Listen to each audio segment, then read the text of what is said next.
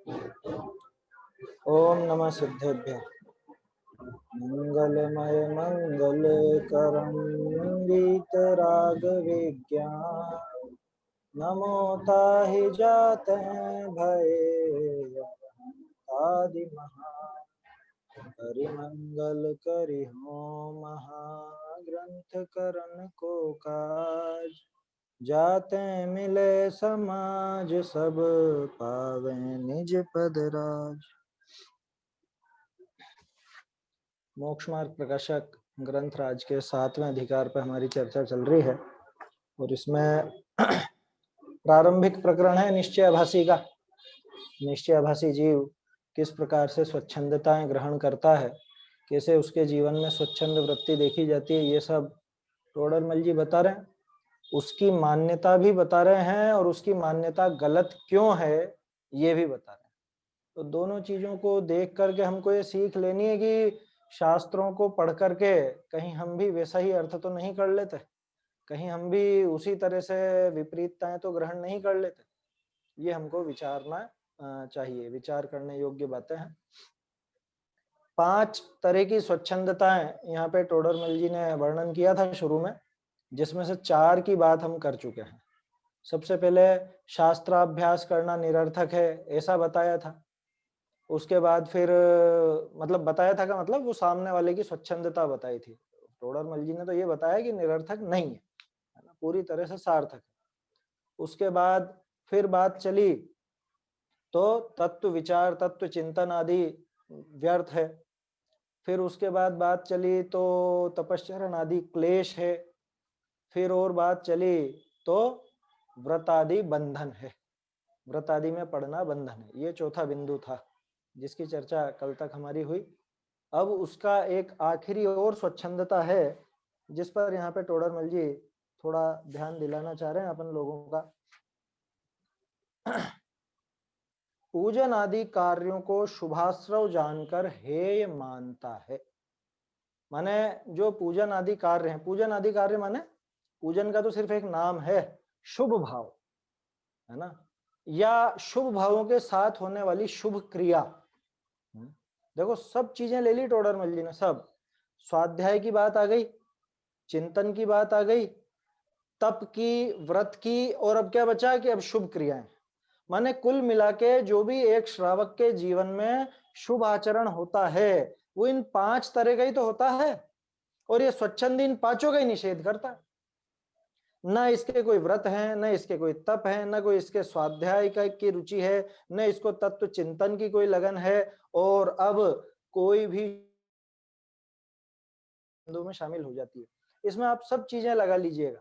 सब चीजें माने पूजा पाठ भक्ति दान यात्रा वगैरह जो भी, वो सब चीजें इसमें आ गई। जितनी भी शुभ क्रियाएं कहलाती हैं वो सब इस 5वें बिंदु के अंदर समाहित है। अब ये क्या कह रहा है, तथा वह पूजन आदि कार्य को, है ना, माने पूजन आदि ये सब क्या है, ये तो छोड़ने लायक है। क्यों है छोड़ने लायक? कि आश्रव है ना, आश्रव अध्यात्म में हमने अच्छे से पढ़ा है, आश्रव भाव है, और आश्रव दुखकार घनेरे बुद्धिवंत तिन्हें निर्वेरे। तो बोलो ये आश्रव है या नहीं है?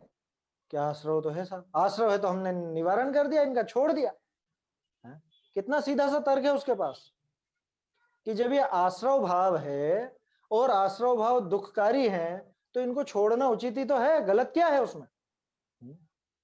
ये इसका बहुत बड़ा पॉइंट है। वैसे सारे ही बिंदु उसने शास्त्रों से ही उठाए थे, ये वाला बिंदु भी शास्त्रों के आधार पर ही उठाया है ना। और क्या कहें, अब हम स्वाध्यायी लोग कहलाते हैं ना, समाज में स्वाध्यायी लोग कहलाते हैं, मुमुक्षु लोग स्वाध्यायी हैं, स्वाध्याय की तो बहुत रुचि है, लेकिन ये सब शुभ क्रियाओं को उड़ा देते हैं, ये कुछ भी नहीं करते। एक ही ऐसा झूठा इल्जाम लगता ही है लोगों की निगाह में, तो इसी तरह का लगता है, क्योंकि जैसी क्रियाएं और सब करते दिखते हैं, जैसी बाहरी क्रियाओं में जितना रस सामान्य दूसरे लोगों का होता है, स्वाध्यायी जीवों का उतना रस नहीं रहता। तो ज्यादातर लोग तो सीधे अपन लोगों को क्या कहते थे, तो निश्चयाभासी। मुझे ध्यान है कि हमारे मतलब मेरा एक मित्र था वो ललितपुर की तरफ, तो वो बताया करता था कि हमारे यहाँ 13 पंथ 20 पंथ का भेद नहीं चलता, हमारे यहाँ भेद चलता है ये निश्चय वाले और ये व्यवहार वाले। ऐसा भेद वहां चला करता है, वो बताता था। खैर वो चीज अलग है, वो न तो कोई निश्चय वाले है न कोई व्यवहार वाले, क्योंकि निश्चय और व्यवहार तो साथ साथ होता है। जिसके व्यवहार है उसके निश्चय है, जिसके निश्चय है उसके व्यवहार है, ये चीज हम बहुत अच्छे से पढ़ चुके हैं। मूल बात तो यह है कि जो थोड़ा स्वाध्याय हो जाए या थोड़ा समझ लो बाहरी क्रियाओं में जिसका मन कम हो, उसके ऊपर ये इल्जाम लगा दिया जाता है कि अरे साहब ये तो शुभ भावों को उड़ा देते हैं, ये तो शुभ क्रियाओं को आश्रव आश्रव कहकर के हे बता देते हैं। और वो बात पूरी तरह से झूठी कहते हो ऐसा भी नहीं है, क्योंकि हम में से कुछ लोग इस तरह के हैं भी सही। वो इन सबको शुभ भाव है करके उनमें जरा भी ध्यान नहीं देते, बाहर का आचरण जरा भी सुधारते नहीं। और बाहर का आचरण लोगों को नजर आता है, आपके विचार नजर नहीं आता। मैं ये नहीं कह रहा हूं कि उन क्रियाओं पर जोर देना। बात समझ में आ रही है मैं क्या कहना चाह रहा हूं? कि ये प्रश्न लोगों के दिमाग में उठता क्यों है? क्योंकि कुछ लोगों की आदत ऐसी हो जाती है कि ये तो शुभ भाव है, आश्रव है? आश्रव दुखकार घनेरे बुद्धिवंत तिन्हें निर्वय है, इस तरह की बातें कर करके, या ये है ऐसा कह करके पूजा है बता दी, भक्ति है बता दी, दान है बता दिया। है या नहीं है? क्या कहें? ये टोडरमल जी यहाँ पे संतुलन बिठाएंगे, अभी देखिएगा आप, है ना? है या नहीं, और है तो कैसे, नहीं है तो कैसे नहीं, ये दोनों तीनों चीजें अपने को बहुत अच्छे से समझने लायक है। क्योंकि अगर ये चीज समझ में नहीं आती है तो हमारी भी ऐसी ही दुर्दशा होनी है जैसी ये निश्चय भाषी की होती है। मैं ढूंढारी से पढ़ता हूँ, 205 पेज पर मिलेगा आपको, ऊपर ही ऊपर प्रकाशित प्रतियों में। बहुरी वह पूजन आदि कार्य को शुभाश्रव जानी हेय माने है। क्या लिखा? शुभाश्रव जानी हेय माने है, कि जानने में तो उसको शुभाश्रव जाना और मानने में उसको हेय माना। तो कैसा मानना चाहिए था? क्या उपादेय मानना चाहिए था क्या? कि शुभाश्रव तो जान लिया, अब चूंकि शुभाश्रव और आश्रव जो है संसार का कारण है, इसलिए उसके दिमाग में क्या बैठ गया, ये तो है ही है, ऐसी मान्यता उसकी उसने बना ली। ठीक है माने है। अब देखो टोडरमल जी का जवाब, सो यह सत्य ही है। ये क्या हुआ? ये पूरी बाजी पलट दी टोडरमल जी ने। अभी पूरी बात नहीं की है, उन्होंने कहा बात तो तेरी सही है तो ये शुभाश्रव, और है तो ये संसार के ही कारण, पुण्य बंधन के कारण, संसार में भटकाने के ही कारण है, इनसे मोक्ष नहीं होगा, ये 100% पक्की बात है। लेकिन अब देखो, परंतु जो इन्हीं कार्य को छोड़ी शुद्धोपयोग रूप होई तो भले ही है, और विषय कषाय रूप अशुभ रूप प्रवर्ते तो अपना बुरा ही किया। शुभोपयोगते स्वर्गादि होई, वह भली वासनाते, वह भला निमित्तते, कर्म का स्थिति अनुभाग घटी जाए तो सम्यक तो अधिक की भी प्राप्ति हो ही जाए। बहुरी अशुभोपयोगते नरक निगोद आदि होई, वह बुरी वासनाते, वह बुरा निमित्तते, कर्म का स्थिति अनुभाग बढ़ी जाई तो सम्यक तो अधिक महादुर्लभ हो ही जाई। लो क्या कहा पहले तो, क्या कहा टोडरमल जी ने कि हाँ भाई तेरी बात बिल्कुल सही है तो ये शुभाश्रव, इसलिए वास्तव में है तो है, लेकिन है कहाँ है? ये है रखना दिमाग में, ये है अभी प्रवृत्ति में नहीं आएगा। क्यों नहीं आएगा? उसका जवाब आगे दे रहे हैं कि इन कार्यों को छोड़कर तू शुद्धोपयोग रूप हो सके, तू शुद्धोपयोग रूप अपने उपयोग को लगा सके, उस रूप लग सके, तब तो भला ही है। और अगर विषय कषाय रूप अशुभ रूप प्रवर्तेगा तब तो खुद का बुरा ही करेगा। मालूम है हमको है ये 5,000 की नौकरी क्या करता है, क्या काम की 5,000 की नौकरी, तेरा कोई इससे काम भी नहीं चलता है, बिना बात ही नौकरी कर रहा है।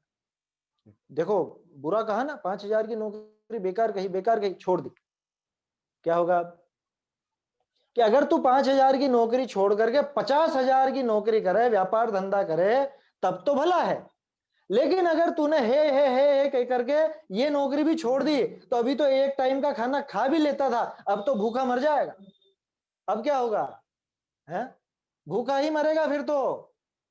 समझ में आ रही है बात? क्या कह रहे हैं कि यदि इन कार्यों को छोड़कर, अगर तू पूजा छोड़ करके, अगर तू भक्ति छोड़ करके, अगर तू दान, यात्रा इत्यादि जो भी शुभ भाव, शुभ क्रियाएं कहलाती हैं, इन शुभ क्रियाओं को, शुभ भावों को छोड़ करके शुद्ध भाव रूप अपने परिणाम को रख सके, तब तो बहुत बढ़िया, शाबाश, फिर तो बहुत अच्छी बात है, छोड़ दे, कोई दिक्कत नहीं। लेकिन कर सकता है क्या? है? नहीं कर पाता। और अगर नीचे गिर जाएगा, इससे भी जा छूटेगा, तो फिर तो हालत बहुत खराब हो जाएगी। वो बस स्टैंड वाला उदाहरण अपना थोड़े दिन पहले जो मैंने आप लोगों को बताया था, क्या करना, ट्रेन आने में तो समय है अभी, या बस आने में तो समय है, बस स्टैंड पे तो बस आएगी, रेलवे स्टेशन पे समझ लीजिए कि वहां बैठे बैठे तो ट्रेन नहीं मिलेगी ना, वहां बैठे बैठे तो टाइम ही पास हो रहा, और बाहर जाएंगे, शहर घूमेंगे तो भी टाइम ही पास हो रहा। तो क्या करना, बस स्टैंड पर, रेलवे स्टेशन पर बैठ करके टाइम पास करना अच्छा, या बाहर उधर शहर में घूमने फिरने में टाइम पास करना अच्छा? कि वहां तो तेरी बस भी छूट जाएगी, ट्रेन भी छूट जाएगी, यहाँ तो फिर भी एक मौका है कि तू बैठा है और निगाह रखेगा, अपनी सीट छोड़ करके उस बस में या ट्रेन में बैठ जाएगा, तब तो तेरा काम हो भी जाएगा। अगर तू ये सीट छोड़ता है, ये रेलवे स्टेशन या बस स्टैंड की जहां तू बैठा हुआ था, उस सीट को छोड़ता है काहे के लिए? बस में बैठने के लिए। बस में बैठ जाता है, ट्रेन में बैठ जाता है, तब तो भला ही है। लेकिन अगर तू उसको छोड़ करके इधर उधर रोता फिरेगा, तो तेरा ये साधन तो छूट जाएगा, तेरे कुछ भी काम होने वाला नहीं है, पूरा काम बिगड़ जाएगा। ये बात है यहाँ। क्या कह रहे हैं कि यदि इन कार्यों को छोड़कर शुद्धोपयोग रूप हो तो भला ही है, और विषय कषाय रूप अशुभ रूप प्रवर्ते तो अपना बुरा ही किया। क्यों क्यों बुरा किया, वो बता रहे हैं कि देखो, शुभोपयोग है पक्की बात, लेकिन शुभोपयोग में एक चांस है। कैसा चांस है? कि शुभोपयोग से स्वर्ग आदि हो। तो क्या हमको स्वर्ग का लालच दिखाना चाह रहे हो क्या? है? अरे स्वर्ग का लालच नहीं दिखा रहे हैं, आगे देखो, स्वर्ग आदि हो अथवा भली वासना से या भले निमित्त से, भली वासना से या भले निमित्त से कर्म के स्थिति अनुभाग घट जाए। कौन से कर्म के, ये भी विचार कीजिए, पुण्य के या पाप के? यहाँ ध्यान रखने की बात है, जहां शुभोपयोग की बात चल रही है तो वहां किसके स्थिति अनुभाग घटेंगे? पाप कर्म के, है ना। सामान्य रूप से कर्म लिखा है, उसका आशय अपने को समझना कि पाप कर्म के स्थिति अनुभाग घट जाए तो सम्यक तो आदि की भी प्राप्ति हो जाए। फिर टोडरमल जी ने क्यों नहीं लिख दिया पाप? इसलिए नहीं लिख दिया क्योंकि पुण्य और पाप कहते ही हमारा दिमाग वेदनी, आयु, नाम, गोत्र इनमें जाता है, जबकि सम्यक तो इनके अधीन नहीं है। बात समझ में आ रही है? ये बात मैंने क्यों उठाई पाप कर्म की और फिर बाद में निषेध क्यों किया? टोडरमल जी ने क्यों नहीं लिख दिया पाप कर्म के? क्योंकि सिद्धांत में हमने पढ़ा है शुभ भावों से पाप कर्म की स्थिति और अनुभाग घटते हैं, लेकिन टोडरमल जी को उनसे प्रयोजन नहीं है और हमको भी नहीं होना चाहिए। हमें तो मुख्य प्रयोजन किससे? जिससे सम्यक तो अधिक की प्राप्ति हो जाए, और वो किससे होगी? वो होगी दर्शन मोहनी के अथवा उसके साथी चारित्र मोहनी की स्थिति और अनुभाग घटे तो अपना थोड़ा सा ये काम बनेगा। बात समझ में आ रही है? इसलिए यहां पे पाप शब्द नहीं जोड़ा।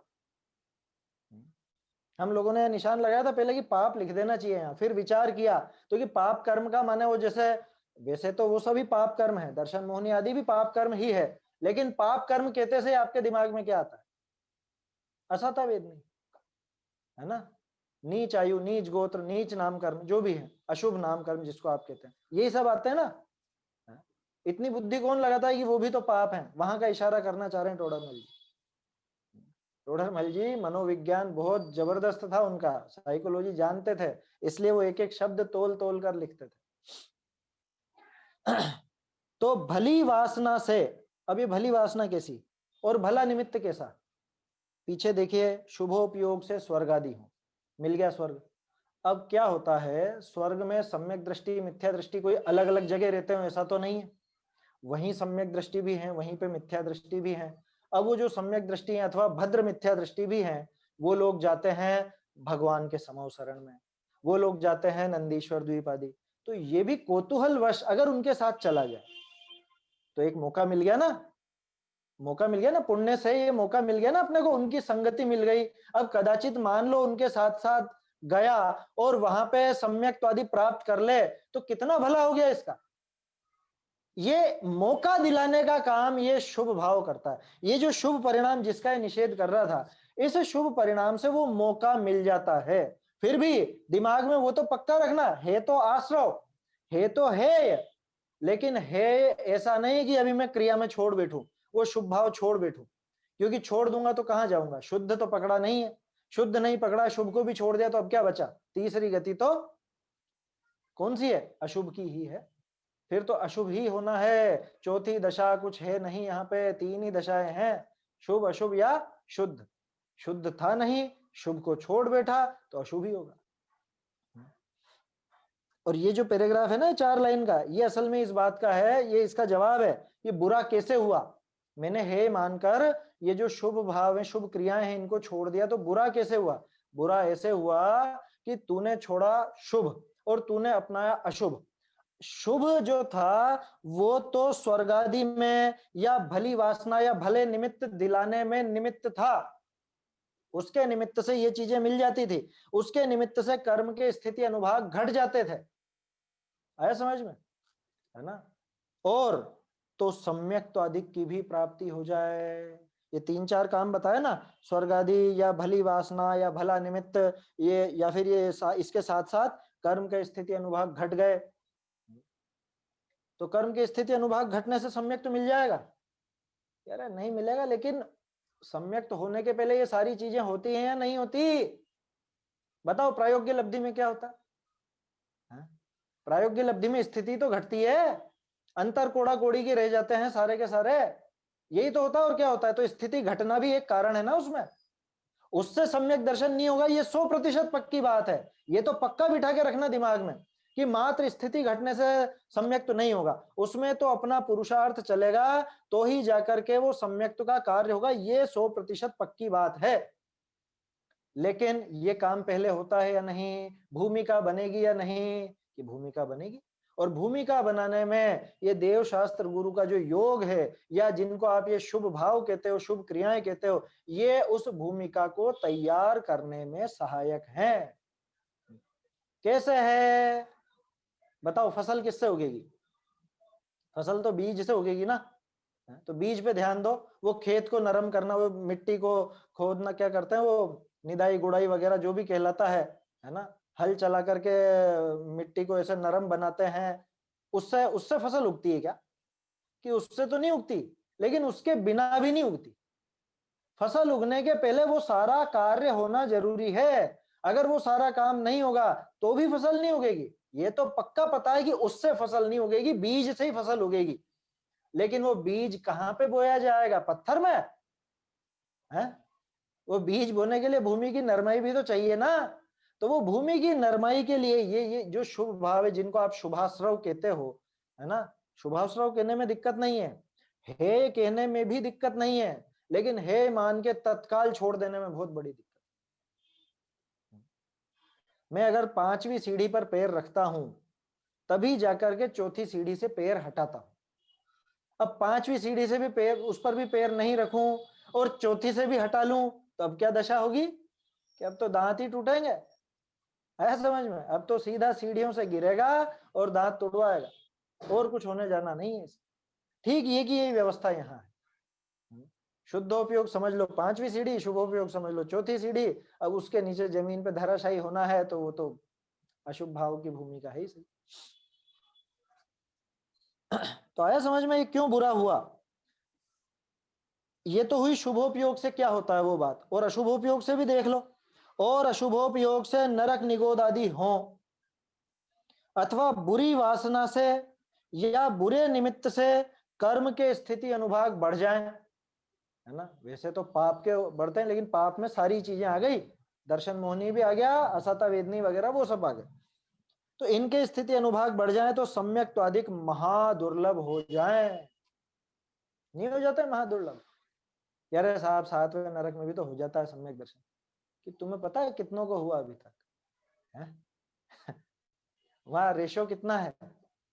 जैसे अपन यूं कहें कि भारत में जैनों की संख्या कितनी, कि 0.5%, माने कि 100 में से 5 जने नहीं, 1000 में से 5 जने मिलेंगे, है ना। ये रेशो है। तो ऐसा रेशो बता दो कि वहां कितने का है, कि असंख्य में एक है। कह रहे साहब लेकिन हमने तो पढ़ा है मनुष्यों से ज्यादा संख्या है नरकों में सम्यक दृष्टियों की, और वो स्वयंभू रमण समुद्र में भी जितने मनुष्य नहीं है उससे ज्यादा, तो वहां पे 5वें गुण स्थान वाले। अरे हैं तो उनकी टोटल संख्या कितनी है? ये तो यूं सोच रहा है कि जो भी वहां जाता वो सभी कर लेते होंगे, या 2 में से 1 जना तो कर ही लेता होगा। अरे तुम 100 में से 1 की भी गिनती रखोगे ना, तो भी ये कैसे कह सकते हो कि हम वो 100 में से 1 वाले हम ही रहेंगे? ये कैसे कह दोगे? और जहां सीधे सीधे सम्यक दर्शन की पात्रता हो, जहां सीधे सीधे सम्यक दर्शन का योग बन रहा हो, वहां तो ये कोशिश नहीं कर रहा है, और वहां पे मार खाते खाते कोशिश कर लेगा। वहां जहां 7वें नरक में डंडे पड़ रहे हैं वहां पे कोशिश कर लेगा ये?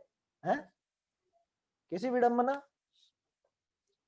ये क्यों कहता है ये बात? जब ये बात की जाती है ना इससे कि अरे अशुभ उपयोग से नरक निगोद आदि हो जाएंगे, बुरी वासना से पाप कर्म के स्थिति अनुभाग बढ़ जाएंगे, कि बढ़ जाने दो, हम तो कर लेंगे वहां सम्यक दर्शन। कि तू यहाँ तो कर नहीं पा रहा है, वहां कैसे कर लेगा ये तो बता। माने जैसे कहते हैं ना घर आई लक्ष्मी ठुकराना, वैसा हिसाब है यहाँ, कि अभी इसको पूरा अवसर है, पूरा अवसर। देव शास्त्र गुरु का योग बराबर मिला है इसको, सच्चे शास्त्र मिल गए हैं, सच्चे शास्त्रों का रहस्य खोलने वाले टोडरमल जी जैसे मिल गए हैं अपने को, हैं। और उसके बाद भी आयु मिल गई है, बुद्धि मिल गई है, निरोगता मिल गई है। अभी कोई ऐसी बहुत बहुत भयंकर बीमारी तो किसी को भी नहीं लगी है। जो भी आप लोग सब सुन रहे हैं, अपन लोग चर्चा कर रहे हैं, इनमें से एक भी नहीं है इस तरह का तो कि मृत्युशैया पे पड़ा पड़ा सुन रहा हो। सब स्वस्थ प्रसन्न चित्त से सुन रहे हैं, जहां तक मैं सोचता हूं है। अब यहां नहीं कर रहा है, जरा सा सिर दुखता है तो इसको सब सब भूल जाता है, और वहां पे कर लेगा 7वें नरक में, या स्वयंभू रमण में वो नार की तिर्यंच बन जाएगा तो कर लेगा? कैसे कर लेगा? तो सम्यक तो अधिक महादुर्लभ हो जाए। तो देखो टोडरमल जी भी मानते हैं ना कि निमित्ताधीन है सम्यक दर्शन, कि अरे इतनी जल्दी निर्णय मत निकाल, टोडरमल जी क्या मानते हैं और क्या नहीं मानते हैं। टोडरमल जी तो पुरुषार्थ से मोक्ष प्राप्ति और पुरुषार्थ से सम्यक दर्शन की सिद्धि करेंगे आगे। लेकिन वो ये बता रहे हैं कि तू इसके लायक भूमिका तो बना, कि वो फसल तो बीज से ही उगेगी, ये पक्की बात है, लेकिन तू उसकी भूमिका तो तैयार कर, वो खेत तो तैयार कर तेरा। बाबूजी बहुत जोर देते थे इन चीजों पर, युगल जी बाबूजी, क्या कि सम्यक्त के लिए नरम भूमि चाहिए, है ना, भूमि में कोमलता चाहिए, अपनी चित्त भूमि में, ऐसा ऐसा बोलते थे, चित्त भूमि कोमल होनी चाहिए। कठोर भूमि में ये सम्यक दर्शन का बीज पल्लवित नहीं हो सकता, इसमें पुष्पित नहीं हो सकता। तो ध्यान रखना चाहिए हमें। ये तो एक बात हुई। इसके बाद और क्या कह रहे हैं देखो,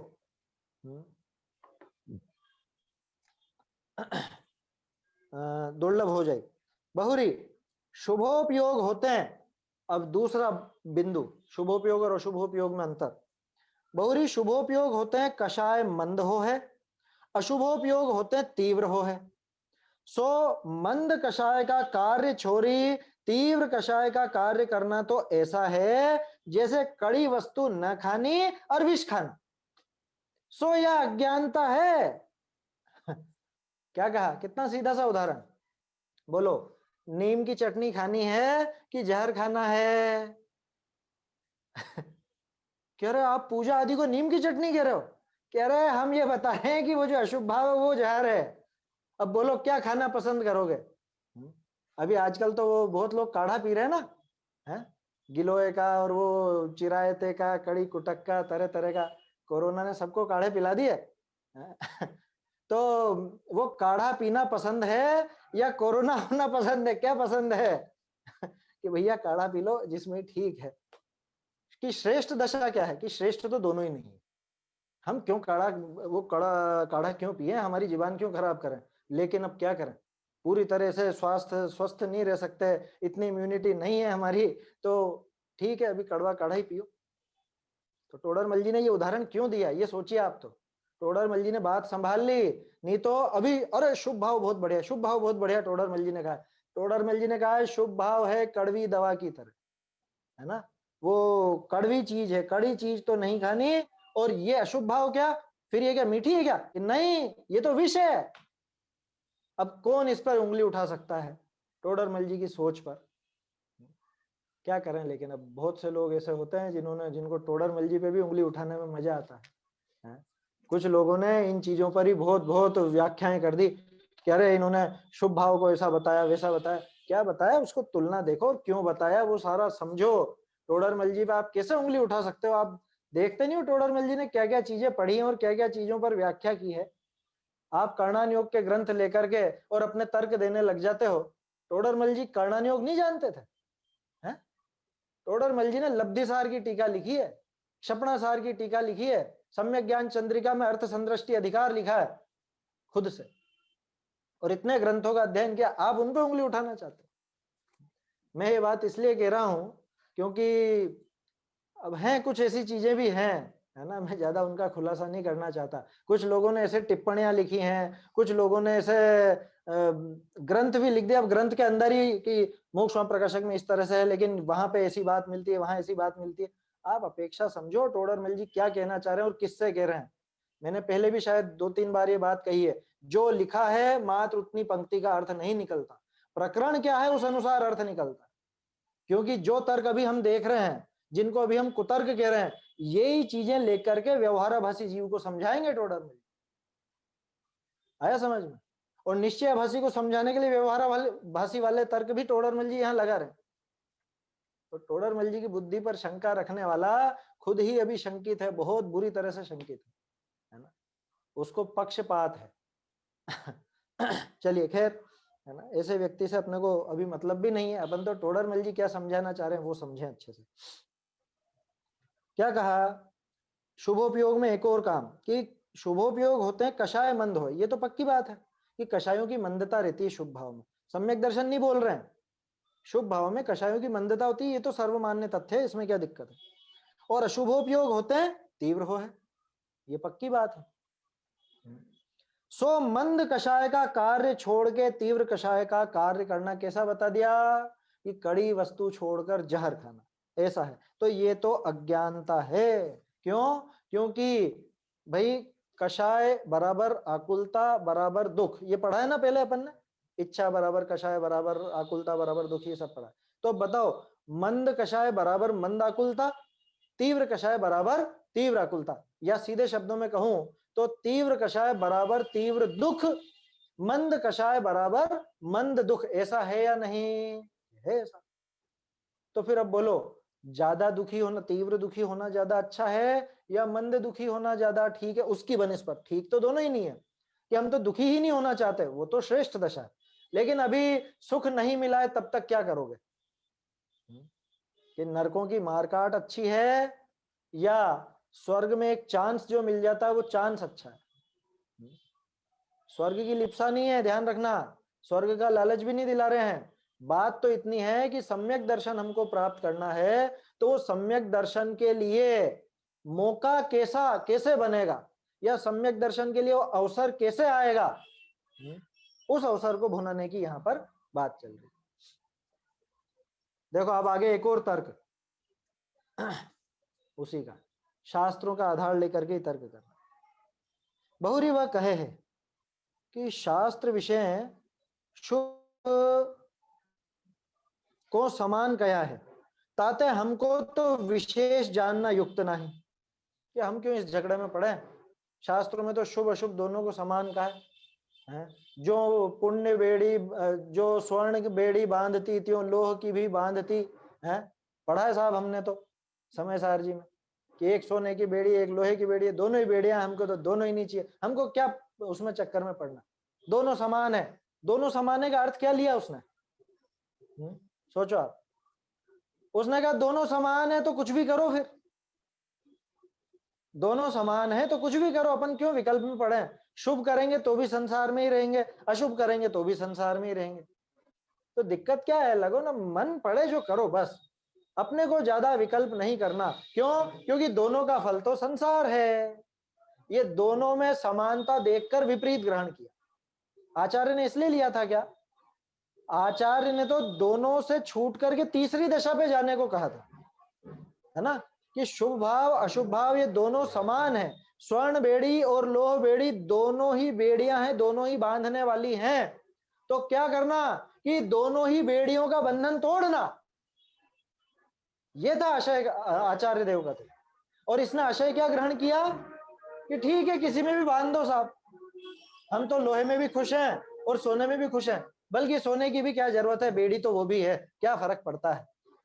इसलिए 5 इंद्रिय के विषय भोगों में लगे रहो, क्या क्या दिक्कत है, तो भी संसार में रहना है। आप पूजा पाठ करके भी संसार में ही रहोगे, हम सब खा पी करके भी संसार में ही रहेंगे, तो खाओ पियो मौज से रहो, ऐसा उसने अर्थ निकाल लिया।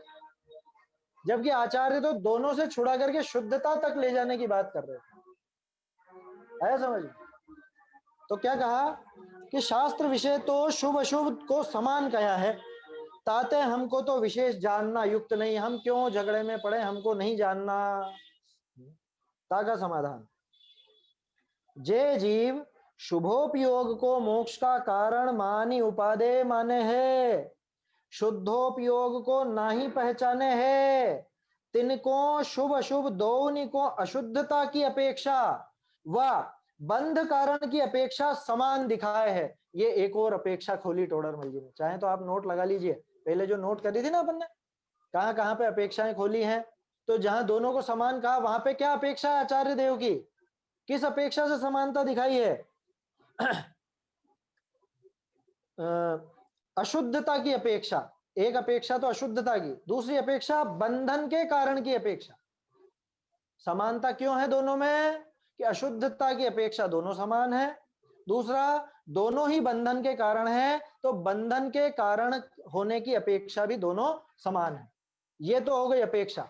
अब समझा किसको रहे थे, ये प्रकरण किसके लिए था कि ये प्रकरण उसके लिए था कि जो शुभ भाव से ही मुक्ति मान बैठा है ना। ये दो चीजें हमको ध्यान रखनी चाहिए कि एक तो ये बात किसके लिए लिखी आचार्य ने, दूसरी बात कि इसमें अपेक्षा क्या है।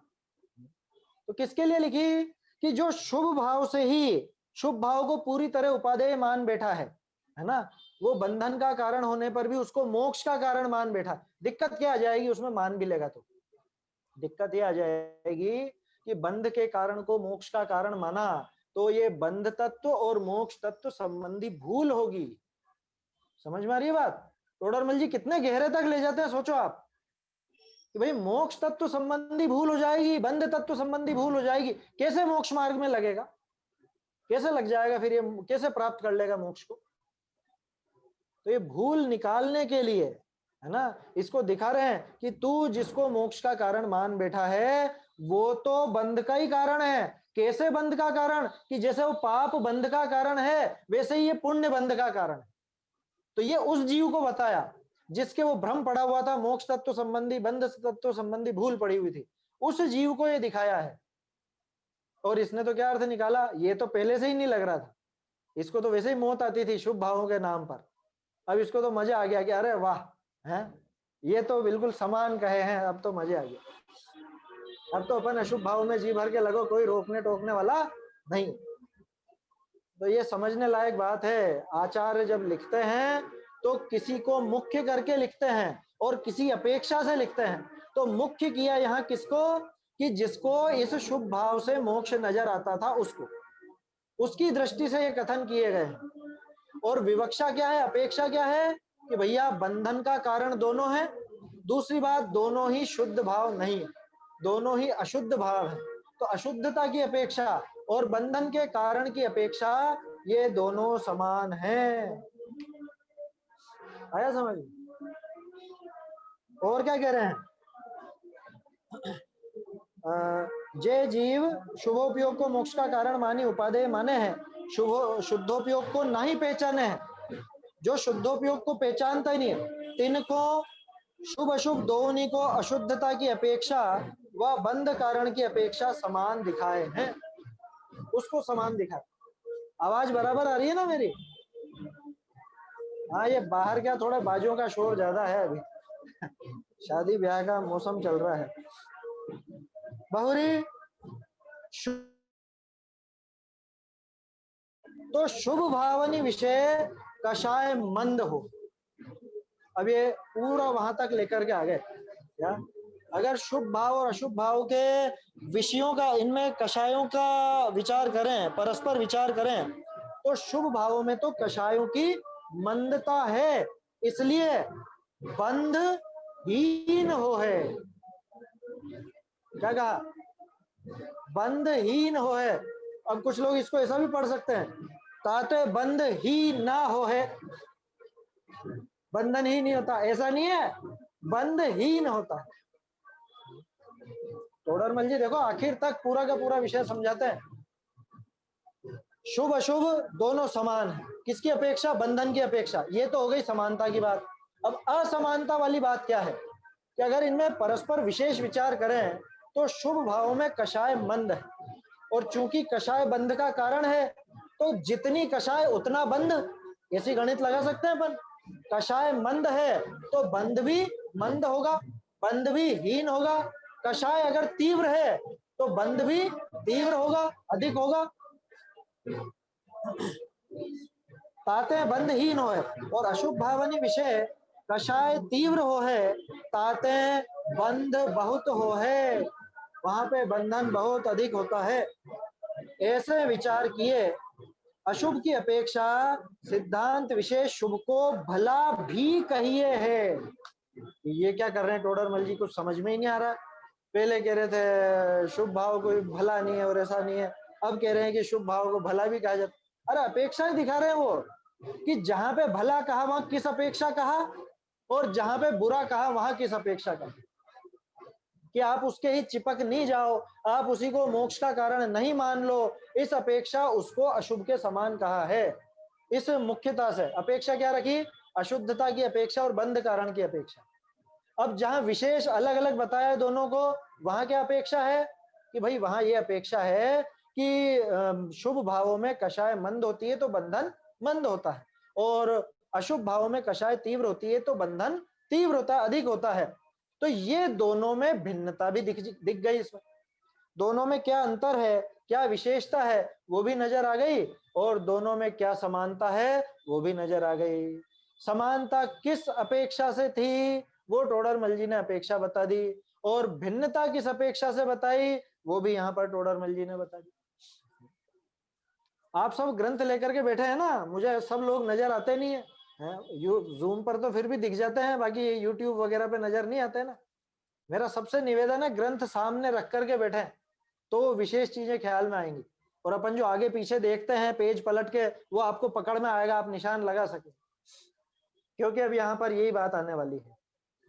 देखो एक उदाहरण और है, ऐसे विचार किए अशुभ की अपेक्षा सिद्धांत विषय ग्रंथों में शुभ को भला भी कहिए है। फिर दो तीन लाइनें टोडरमल जी ने काटी थी, लेकिन वैसी की वैसी उससे थोड़ी अच्छी नीचे लिख दी है, इसलिए वो काटी हुई पंक्तियां मैं नहीं पढ़ रहा हूं। जैसे रोग तो थोड़ा व बहुत बुरा ही है, सीधा सा उदाहरण आ गया। बुखार कितनी अच्छी, रोग तो थोड़ा या बहुत भला बुरा ही है, परंतु बहुत रोग की अपेक्षा थोड़ा रोग को भला भी कहिए है। ये कहाँ कहते हैं? थोड़े रोग को भला कब कहते हैं? अरे जब आपको बुखार आती है ना, बुखार बहुत तेज हो गई, 105 डिग्री हो गई, अब अगले दिन क्या हुआ, थोड़ी बुखार कम हो गई, अब कोई मिलने आया आपसे, क्या कहते हो आप कि आज ठीक है, आज अच्छा है, अच्छा है? आप तो यूं समझिए अपने पास जैसे 5 दिन बुखार रही आपको, पहले दिन हल्की थी तो आपको लगा कि आज ठीक नहीं लग रहा है। ध्यान रखिएगा कितनी डिग्री, अपन मान लो 99 डिग्री, 99 डिग्री भी बुखार है और 100 डिग्री भी बुखार है, ठीक है? तो 99 पे अपने को लगने लगा ठीक नहीं लग रहा है आज, है ना? ठीक क्यों नहीं लग रहा है? कुछ बुखार सा ऐसा लग रहा है, अभी तेज नहीं आई है। फिर हुआ 100 डिग्री, उसमें और बुरा लगा, 101 हो गया, 102 हो गया, 105 तक पहुंच गए, बहुत हालत खराब है। अब जब वापस आप लौट करके आए 99-100 डिग्री पर, तब आप क्या कहते हैं? अब अच्छा है, अब बढ़िया, अब ठीक हूं। अरे जब शुरू में 99-100 डिग्री था तब आप कह रहे थे बहुत बेकार है, और अभी 99-100 डिग्री तब आप कह रहे हो बहुत बढ़िया, अब अच्छा हूं, भला हूं। किस अपेक्षा से? वहां पे सीधी सीधी अपेक्षा यही है कि बहुत रोग से थोड़ा रोग को भला कह दिया जाता है। कब कह दिया जाता है? कि जब वो बहुत रोग देख रखा हो। आया समझ में? स्वास्थ्य जब तक नहीं देखा हो तब तक, स्वास्थ्य देखने के बाद तो थोड़ा सा रोग भी चुभता है। जैसे जब आप स्वस्थ थे और वो 99 और 100 डिग्री का हुआ था पहले दिन, वो बुरा लगा था ना, शुरू में तो बुरा ही लगा था। क्यों लगा था? क्योंकि वो स्वास्थ्य आपने देख रखा था, उस स्वास्थ्य का अनुभव था, इसलिए अब ये बीमारी का अनुभव अच्छा नहीं लग रहा, थोड़ी भी बीमारी का अच्छा नहीं लग रहा है।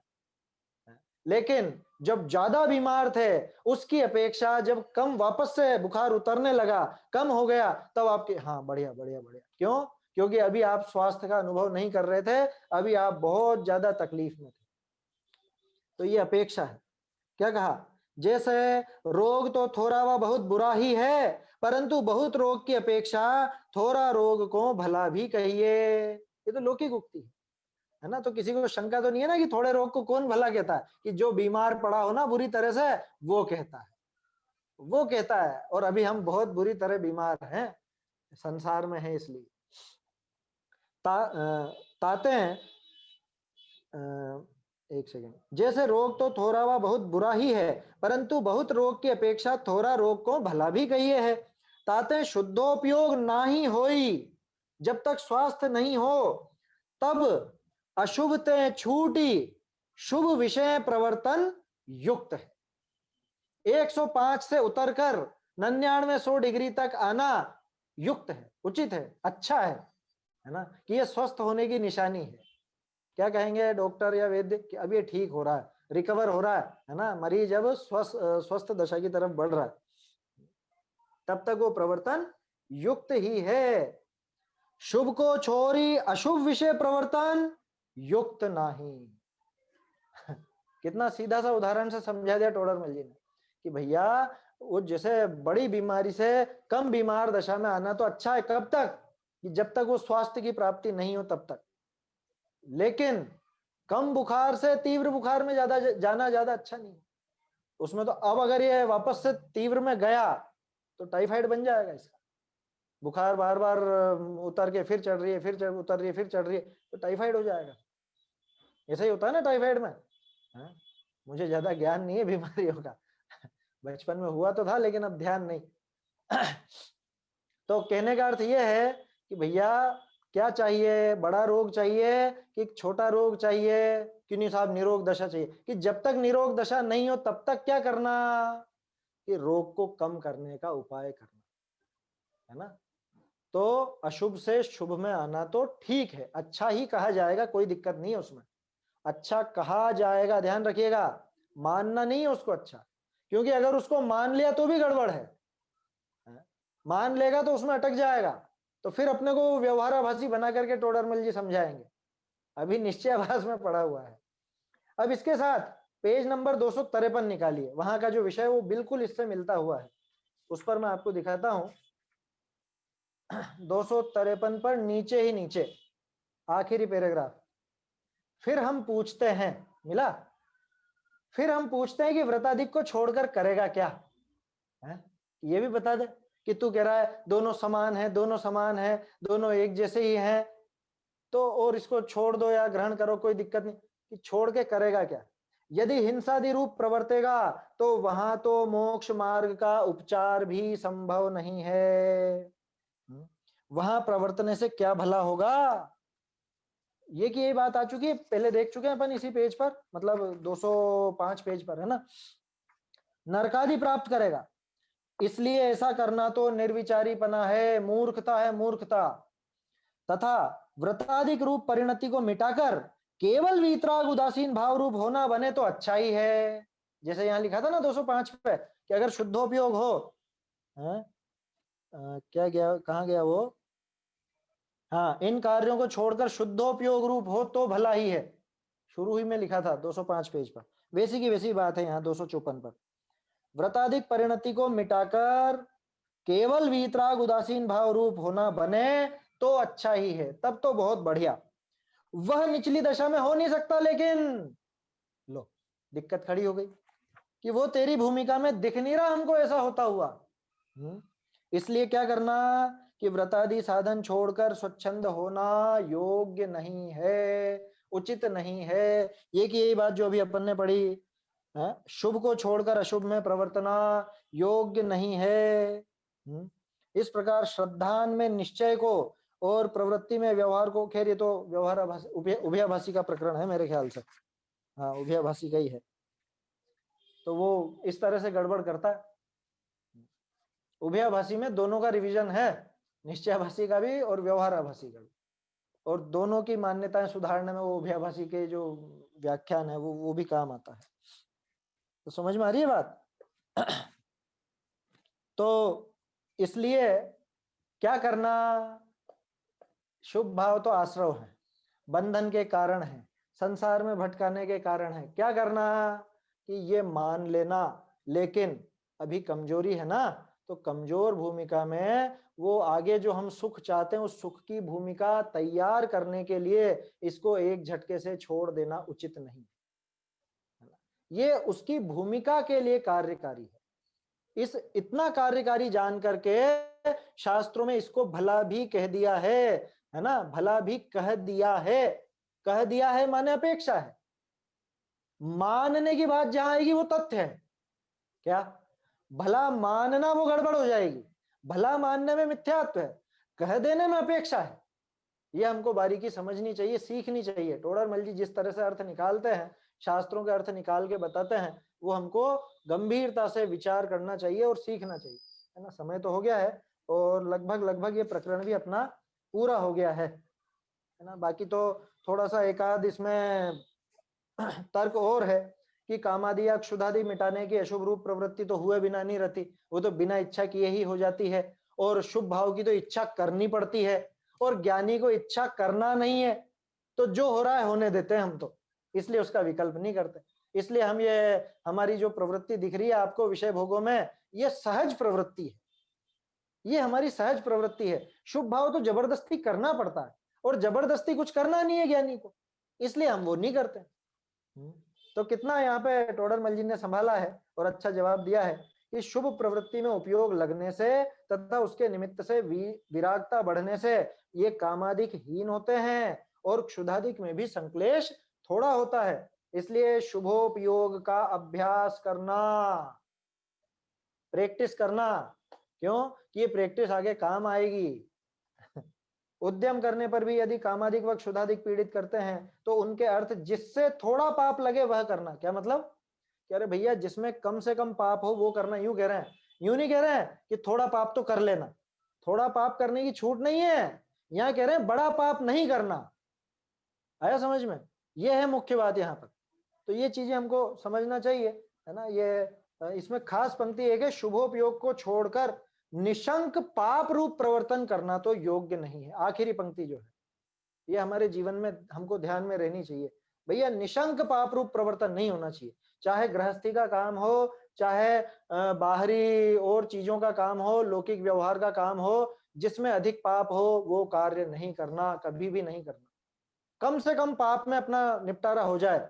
खाना खाना हो तो क्या खाना कि जिसमें कम हिंसा हो, है ना। शादी ब्याह का आयोजन हो तो क्या करना कि जिसमें कम हिंसा हो। ये गार्डन वार्डन करके और वो हरी घास को रोंदना, ये अपने लायक काम नहीं है। छोटा सा उदाहरण दे रहा हूं, और भी चीजें लगा लीजिएगा, है ना। गाड़ी चलानी तो कैसी चलानी, कौन सी गाड़ी खरीदनी कि जिसमें वो चमड़े की सीट नहीं हो, वैसी खरीद लेना, है ना। छोटा सा उदाहरण दे रहा हूं, ऐसे विचार करना कि हमें काम तो करना है। मकान बनाना तो कैसा बनाना कि जिसमें बहुत ज्यादा लाइटों की जरूरत पड़े, बहुत व्यर्थ में पानी वगैरह की हिंसा हो, ऐसी कि नहीं। ऐसा काम कर लेना जिसमें कम से कम प्रकाश और हवा का इतना उपाय रखना कि जिसमें आपको बिजली का कम उपयोग करना पड़े, अग्निकायिक जीवों की हिंसा कम हो, जल कायिक जीवों की हिंसा कम हो, है। मूर्खों की तरह ऐसा दिखावे में नहीं लग जाना। आजकल बहुत दिखावा होता है ना इन सब चीजों में। खैर पहले भी अपन ये बातें कर चुके हैं, आगे भी समय अनुसार करेंगे ही। तो ये पंक्तियां विचारणीय है। ये प्रकरण अपना पूरा हो गया। कौन सा कि जिसमें 5 तरह की स्वच्छंदताएं यहाँ पर टोडरमल जी ने दिखाई थी। निश्चयाभासी जीव की 5 प्रकार की स्वच्छंदताएं, और उन स्वच्छंदताओं का पूरी तरह से बहुत भली प्रकार से टोडरमल जी ने निराकरण किया। इसके साथ साथ हमारे सामने बहुत सी ऐसी चीजें आई हैं जो शास्त्र में लिखी हैं, तो उनमें क्या विवक्षा है, कैसा अर्थ वहां पे निकाला गया है, ये सब टोडरमल जी ने हमको बहुत अच्छे से समझाया। तो वो सब हमको समझना चाहिए। अब आगे का प्रकरण अपन कल से देखेंगे, है ना। निश्चयाभास के अवलंबी जीव की प्रवृत्ति, यहाँ से प्रकरण चलेगा। एक संशोधन था, मैं शायद बताना भूल गया, सोनगढ़ वाली पुस्तक में है, जयपुर वाली में नहीं है। 205 पेज पे ऊपर ही तीसरी पंक्ति थी, वहां जो अपन ने देखा था ना, बुरी वासना से या बुरे निमित्त से, बुरे निमित्त से कर्म के स्थिति अनुभाग बढ़ जाए, तो वहां सोनगढ़ वाली प्रति में सिर्फ निमित्त से लिखा है, वहां बुरे जोड़ लीजिएगा जिनके पास सोनगढ़ वाली प्रति हो, बुरे निमित्त से, है ना, वो छूट गया वहां पर, वो सुधार कर लीजिएगा। चलिए समय हो गया है, आगे का विषय फिर अपन कल देखेंगे। निज निधि निज में बताई यह अनंत उपकार है, इसके लिए जिन वाणी माँ को वंदना शत बार है, वंदना शत बार है।